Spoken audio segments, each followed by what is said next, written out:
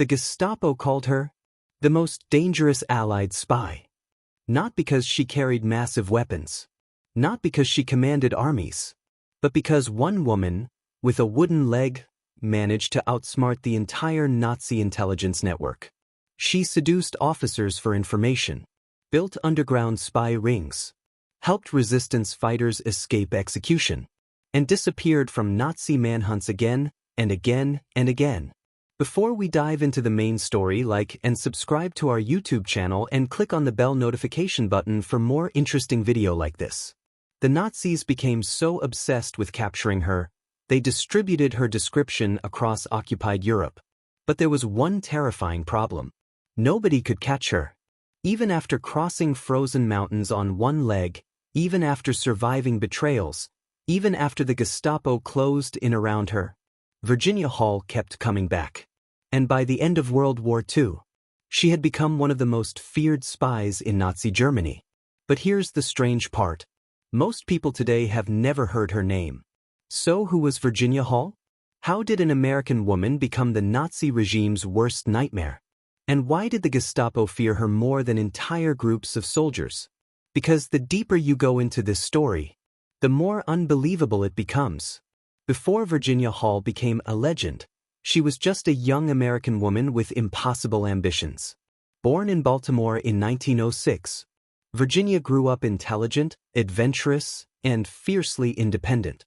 She loved languages, loved travel, loved danger.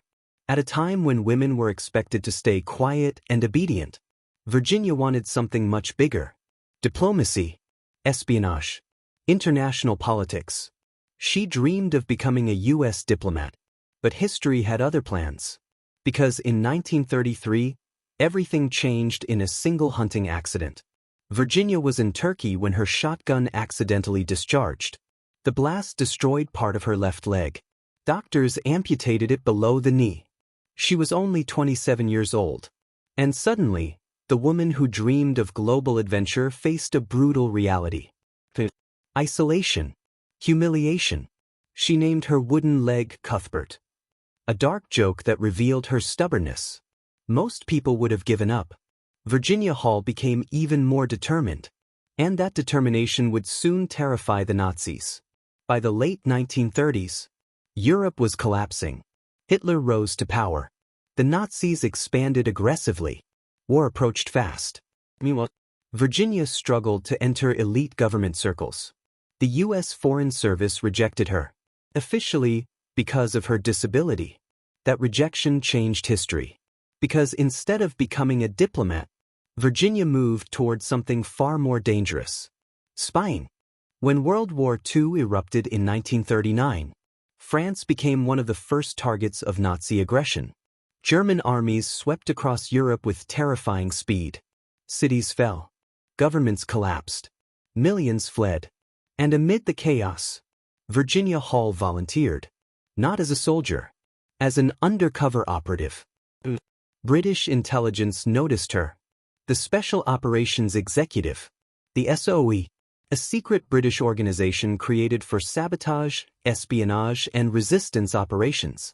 Winston Churchill himself reportedly encouraged its mission to set Europe ablaze. Virginia Hall was exactly the kind of person they needed: fearless, intelligent, resourceful, and completely underestimated. The perfect spy. Occupied France. One of the most dangerous places on earth. The Nazis controlled cities, railways, police forces, communications, and borders. The Gestapo hunted resistance fighters relentlessly. Capture often meant torture, execution, or deportation to concentration camps. This was the world Virginia Hall entered willingly. Using false identities, coded messages, and disguises, she built one of the most effective spy networks in Europe.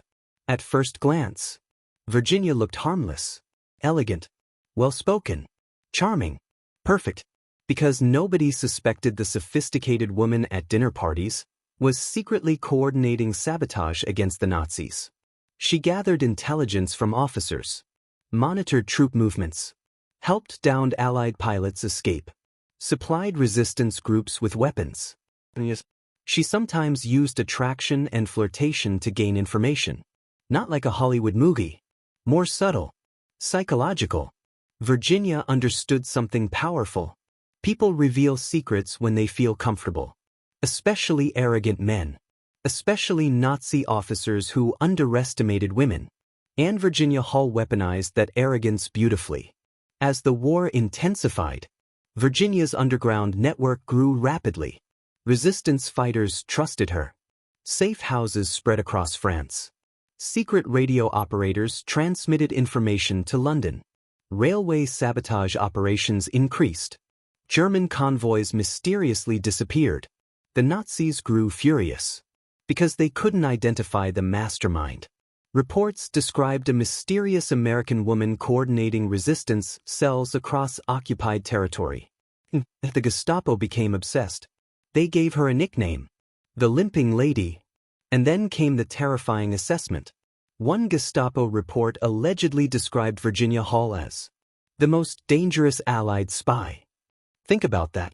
In a war filled with commandos, assassins, and intelligence agents, a woman with a wooden leg became one of Nazi Germany's highest priority targets. Posters circulated with descriptions of her appearance. The Gestapo ordered officers to watch train stations, shows, cafes, border crossings. But Virginia kept slipping away. And every escape made her more legendary. Then disaster struck. By 1942, the Nazis intensified crackdowns across France. Resistance networks collapsed under arrests and torture. Informants betrayed operatives. Safe houses became death traps. Virginia knew the Gestapo was getting closer. Very close. Finally, British intelligence ordered her to escape France immediately. But escaping occupied Europe was nearly impossible. Especially for someone with a prosthetic leg. Virginia Hall chose one of the most dangerous routes imaginable. Crossing the Pyrenees Mountains into Spain. On foot. In winter.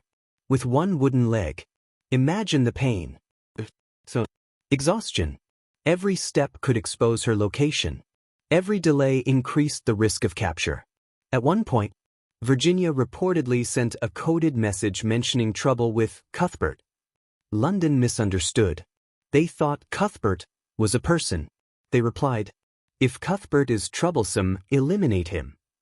They meant her leg. Even in the middle of one of history's darkest wars. Virginia Hall laughed.